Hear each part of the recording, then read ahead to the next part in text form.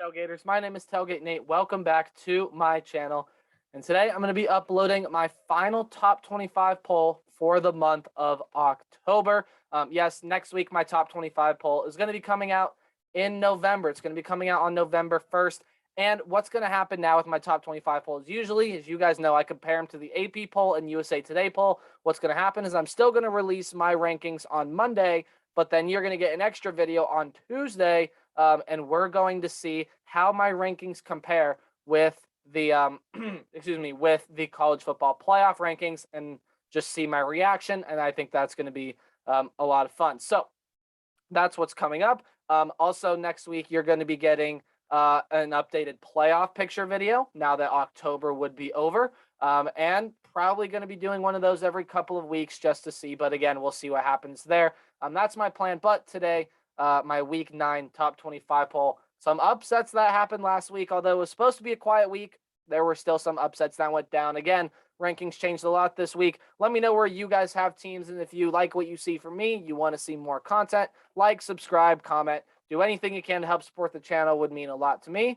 And let's go ahead and get into my top 25 poll. There were a couple teams that dropped out of my poll this week, and those teams are NC State, who fell all the way out after the loss to Miami. They were ranked 18th for me, and Arizona State, who was ranked 25th last week. I had to drop them out because Virginia. I moved in here at number 25. Virginia, look, I think you can put a number of teams at 25, and the first 5 out I have are Arkansas, Houston, BYU, Arizona State, and NC State.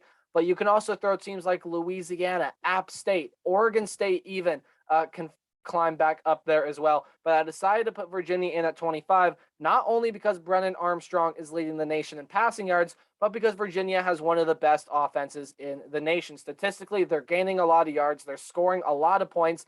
They've gotten into a lot of shootout type games where they've kind of just had to score more points in order to win, which, hey, sometimes you got to play games like that. But for Virginia, defense is questionable, but at times, again, it's played really, really well this year. And Virginia, I think they've been a pleasant surprise this year. For me, they're at number 25. We'll see if they can keep it going. Maybe get their way to an ACC championship game. But there are two teams that are ranked in my poll that, well, may have already locked up the division. Not locked up the division, but may, they're going to be the favorites going forward. I couldn't drop Coastal Carolina out of my poll because there was so much indecision on my part on who to put above Coastal Carolina, if anybody, and then who to put at 25. So Coastal Carolina is at number 24 after that loss to App State, where they were outgained by more than 200 yards, dropping 8 spots from last week. Again, I just think they ran into an App State team that was itching to kind of get back in it after the disappointing loss to Louisiana. Coastal Carolina, we know what this team has. Grayson McCall's a really good quarterback. Their running back game, while they don't seem to be missing CJ Maribel as much as we thought. White and company have really done a solid job at Coastal, or Shmeen Jones back there, I think. But really done a solid job here at Coastal Carolina at the running back position. Of course, Javion Hiley, Isaiah Likely, along with numerous players on defense. Hiley and Likely wide receiver tight end, excuse me. But Coastal Carolina, I like this team too much. Yes, the schedule goes against this team, but this team is too talented to not be ranked. I have them at 24. Same goes for the two teams you see ahead of them, and both of them are undefeated. San Diego State is at 23rd.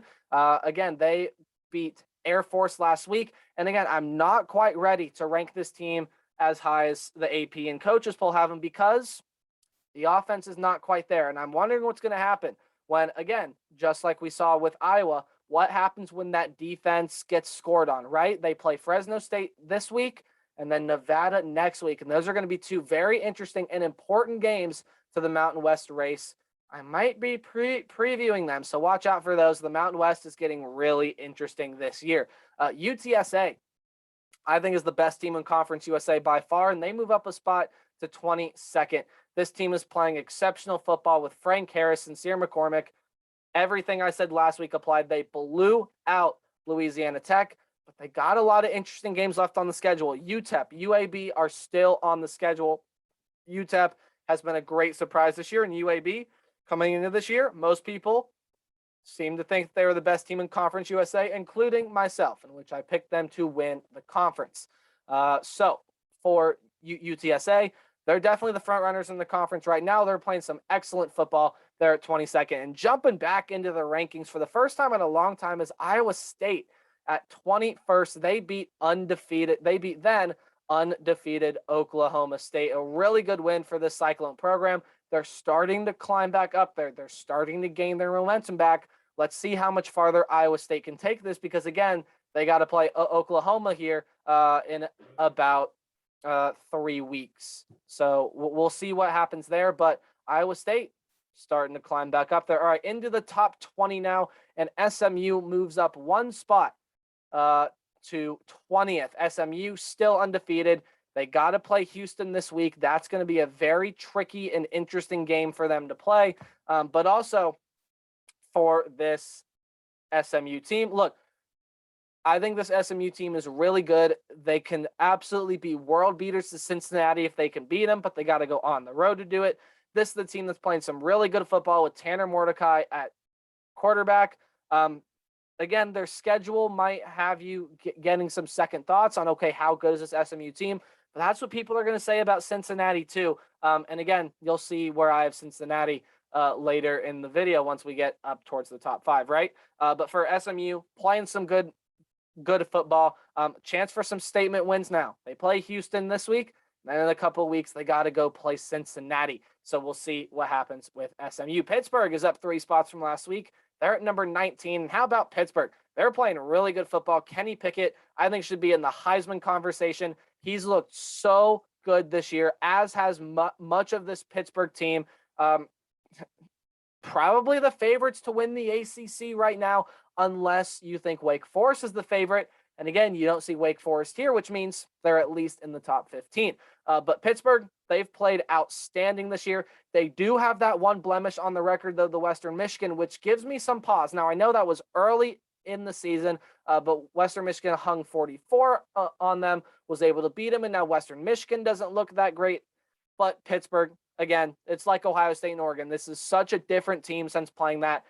I want to see Pitt beat some higher-ranked opponents, at least to have a better offense, because we know Clemson, usually a good team this year, not so much. Their defense has been injured all year, and their offense is just not what it has usually been. So Pittsburgh, definitely still some chances for some big wins. They're up here now at 19. Penn State dropped 8 spots to number 18 after that loss to Illinois. They have a big matchup with Ohio State coming up, but Sean Clifford's health is a big factor now, and they struggled to stop the run against Illinois. And we all know Ohio State has a little freshman running back you may have heard of. His name is Travion Henderson. Yeah, he's a pretty good player. So for Penn State, this game against Ohio State is going to be really tough, but if they can rebound, I think Penn State can get it done. But it would be, again, a huge upset if Penn State were to beat Ohio State the way they're playing right now. I hope Sean Clifford can get back healthy, because when he plays healthy, and when he's healthy, he plays well. And Penn State, you got to focus on stopping the run against a team like Ohio State. Baylor moved up 3 spots to number 17, even though they were on bye week. Again, it was just a case of teams ahead of them dropped. So I moved Baylor up here 3 spots, 17. This team has played well all year. The one blemish on the record to Oklahoma State, and of course now we see Oklahoma State was a pretty good team. And they, of course, you don't see them here, so they are also in the top 15. So again, Baylor's only lost to a top 15 program in my mind. This team is looking pretty good, and they have some games to prove that, right? They still got Oklahoma left on the schedule. We'll see what happens with Baylor the rest of the way. But again, on bye week, didn't play. See how they play coming off the bye week. And Texas A&M took it to South Carolina this week, and they move up 1 spot to number 16. So starting to climb back up the polls is Texas A&M. Again, they have that win over Alabama. They've made things interesting in the SEC now, to where if Alabama loses another game, they're probably not going to get in the college football playoff. But Texas A&M, they're starting to find their offensive mojo. Again, they've relied on A-Chain and Spiller a lot in the past couple of games. So Haynes King probably not going to come back this year. Zach Calzada seemed to have one good game against Bama, and then his stats in the 2 after that have just been kind of meh. So we'll see what happens with the Aggies moving forward. But this is a very, very good football team, and they are ranked 16th, just missing out on the top 15. Speaking of the top 15, yes, Wake Forest finally in the top 15. They're the lowest ranked Power 5 undefeated team that you're going to see today, and you're going to see in the polls as well, ranked 13th in both of the polls. What gives me pause on this team is this. They haven't really gone out and played a team that really just opened your eyes and said, wow, okay, so Wake Forest has a win over them. Yes, the game against Army, that's a very impressive win. Look, they scored 70 points in 17 minutes. Why else do you think they jumped up 4 spots in my poll? And I absolutely could see why you would make a case for Wake Forest to be ahead of Oklahoma State. But what gives me pause on this team right now is Sam Hartman's playing well. I think should be in the sneaky Heisman contender. He's playing well. The offense is playing well. The defense is not up to par. They're allowing over 400 yards a game, and they did the same thing against Army, allowed over 400 yards in that game. Well, again, no defense was clicking in that game. So only thing that gives me pause about Wake Forest is that defense, which is why I'm going to say Pittsburgh is the favorite in the ACC right now. But Wake Forest got a lot of games in November to where they can really prove themselves and get back up and climb the rankings even higher if they can stay undefeated. Speaking of staying undefeated, something Oklahoma State could not do over the weekend. They dropped 7 spots after the loss to Iowa State. And for Oklahoma State, look, the season is not over. College football playoff hopes are probably on the brink of not existing, but you still have the Bedlam game. You can still go out, have a statement win. You can still make the Big 12 championship game. There's still a lot on the line this season for Oklahoma State. We'll see what happens later down the road for the Cowboys. Spencer Sanders, I think, has got to start playing more consistently better as well. They can't just rely on the running game and Jaylen Warren, because although he has been fantastic this year, again, against some of these better teams, they're going to have to open up their game. Now, they probably should be able to win out until they get to the Bedlam game, which is going to be a very interesting game, mind you. But Oklahoma State here at number 14. Auburn, they were also on bye week, and you guys know how much I like this Auburn team. When they're playing well, this team can really light it up. So although the polls have them at 18 and 21st, and I think that's way too low. Look, I have Auburn at 13th. This team has had some really, really good wins. They've had to gut one out over LSU. They had a great win against an Arkansas team that has looked really good this year on the road, won that game by 15, and they still got some games left on the schedule to prove it. Ole Miss this week. You still have to play Alabama there as well. I believe Texas A&M still on the schedule for Auburn as well. So still a lot of great games for Auburn left on the schedule. Going to be interesting to watch the Tigers from this point forward. Notre Dame finally found their offensive groove in the win against USC, but USC made it a little too close for comfort. I have Notre Dame here at number 12, moving up 3 spots. And then Kentucky, of course, jumping up 2 spots, rounds out the teams before the top 10. So for Notre Dame, they finally found their offensive groove. They played a lot of tempo football. They played a lot of fast football in the game against USC. Probably going to be the game plan going forward. And then for Kentucky, they were on bye week this week. Probably have second place in the East locked up. They've already beat Florida. Again, got beat by Georgia, but who hasn't gotten beat by Georgia? Well, no one that's played them, that's for sure. So for Kentucky, look, I think Kentucky's really good. You'll know they were my most underrated team coming into this year, and they've played like it. They've played like a team that has had something to prove. They've played with a lot of fire and energy this year, and I love that. It's why I have Kentucky here at number 11. Both the polls have Notre Dame and Kentucky swapped. Again, my opinion is that Kentucky a little bit better than Notre Dame. All right, moving into the top 10 now. Iowa is back in the top 10 after the bye weekend. While I wanted to move Kentucky back into the top 10, I couldn't because Iowa and Kentucky both on bye week, so they can't really pass each other. That's how it works in my mind, at least. So Iowa up here to number 10. Again, on the bye week, this offense has got to get better. This is a very interesting game against Wisconsin coming up, and I think Wisconsin has the shot to pull off an upset. Again, they played a really good rushing attack for that Purdue game. Purdue could not stop the run at all. And again, if Iowa not going to be able to stop the run, it could be another long day for Hawkeye fans. So Iowa, really good defense, offense. I still want to see get better, but after the bye week, they're back in the top 10. Ole Miss is at number 9, and Ole Miss has played some really good football this year. And Matt Corral is looking like the best player in America. I know all the talk for Heisman is going to be about Bryce Young, CJ Stroud. But look, Matt Corral deserves some hype, and he's getting it. He's getting a lot of hype as well. I think we should give this man the Heisman. He's played fantastic this year, does not have an interception through 7 games of the season. How impressive, and what a turnaround from last year where he had 11 interceptions in 2 games. He does not have a single pick this year. It's been a really, really good season for Matt Corral. It's been a great season for the Lane Train and Ole Miss.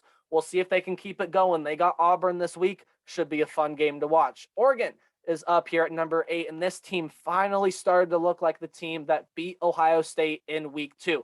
Are they back to that level yet? No, but they've kept their Pac-12. They've kept their playoff hopes alive along with the playoff hopes of the Pac-12. Again, they all ride on Oregon. So they're starting to look like the team that beat Ohio State. I think Anthony Brown had a great game against UCLA, and that's the Anthony Brown that needs to show up week after week for this Oregon team. And there's still a lot of tricky games on the schedule. They still got to go on the road and play Washington. They still got to go on the road and play Utah.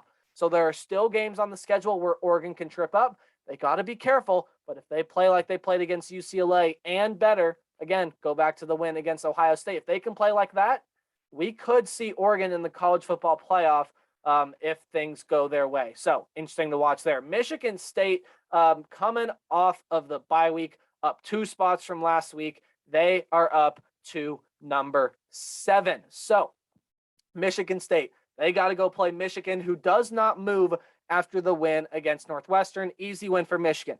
Michigan State. The winner's going to remain undefeated, and the loser, depending on how they lose, might fall out of the top 10, or they might not move a whole lot at all. Depends on how both these teams play, but that is going to be an absolutely fantastic game to watch. I believe that is where College Game Day is showing up as well. You guys can let me know how wrong I am in the comment section, but again, I haven't seen it yet, but I would imagine that's where they were going to go. I would have imagined they would go to Ohio State, Penn State, but they also can probably go to Ohio State, Michigan at the end of the year. So Michigan State, probably going to be College Game Day, and definitely is game of the week. 2 undefeated teams in the Big Ten East. The winner, again, has to play Ohio State later for the chance to win the Big Ten East, saying that Ohio State, again, remains unscathed by the time they get to play these 2 teams. So 2 really good teams in the state of Michigan that don't like each other. That's going to be a very fun and interesting game to watch. And they're at 6 and 7 in my top 25 poll. And the top 5 teams are the same as last week, but there has been some movement. So, of course, Georgia still here at number 1. No surprise there. Georgia was on bye week this week, but they've still looked like the best team in America by far. That defense is ridiculously good. Again, I still want to see them open up the playbook more, but they haven't had to do so, so not really complaining. Cincinnati's going to stay at number 2, and this is where people might have some pause, because I've heard talk of Alabama should be back at number 2 now. That gives me some trouble. Alabama got tested against Tennessee, and then in the fourth quarter, they finally put their foot down and said, we've had enough of this, and blew them out. But that game was a lot closer than the final score would make it seem. Alabama got tested against that Tennessee team, and Tennessee team that's pretty solid, but nowhere near the level of a team like Texas A&M, which Bama has the loss to. Definitely still some things to work on at Bama, but all in all, this is definitely a top 5 team. I have them at number 4. At number 3, I have Ohio State. I implore people to go back and watch that Oregon game and then come back and watch what Ohio State's done the past 3 weeks, because it's a completely different team. They're playing better offensively, defensively. Stroud is looking like a Heisman contender. The defense has had a lot of young stars emerge. Travion Henderson is looking like one of the best running backs in all of America. The wide receiver core is fantastic. A lot is going right for Ohio State, and they got a lot of big games left on the schedule. Penn State, Michigan, all left for the Buckeyes, and I think they can only climb in the rankings from here, saying that they don't lose. But again, this is 2021. No team is safe. And then Oklahoma has dropped to number 5, dropping 2 spots from last week. I thought they started to look like a playoff contender in that game against Texas, and then, of course, in the game that followed. But the game that followed here against Kansas, I don't have an explanation for that. It was a team that was not ready to play football that day. They came in, they were laughing, they were joking with each other on the sideline. Oh, yeah, we're going to come in, we're going to beat Kansas. This team isn't very good. And then they find themselves down 13-0 at halftime. And then they make things interesting in the second half. They flip a switch and they get the job done. But they really should have beat Kansas by a lot more. They took a day off. They relaxed. And Oklahoma just keeps finding ways to win games. It's going to catch up to them sooner or later. See what I did there? Nice pun, Nate. I know. So sooner or later, the Sooners are going to take a loss if they continue to approach games like this, which is why I dropped them to 5. But I could see this top 5 shuffling up a lot more, maybe besides the only constant being Georgia at 1. But again, this top 5 can shuffle a lot more. This season has been crazy so far. We'll see what happens later down the line. A huge week of games coming up for the weekend of Halloween. So I'm going to be back on Thursday with my preview for games. And again, my top 10 games of the week will come on Thursday. So that's going to do it here for this video. If you guys enjoyed, please leave a like, subscribe, comment, do anything you can to help support the channel. It would definitely mean a lot to me. And again, not a requirement, but if you would do it, hey, I'm not going to sit here and complain. Remember to play hard, but tailgate harder. I'll see all you guys on Thursday when I do my preview predictions for my top 10 games of the week. Goodbye.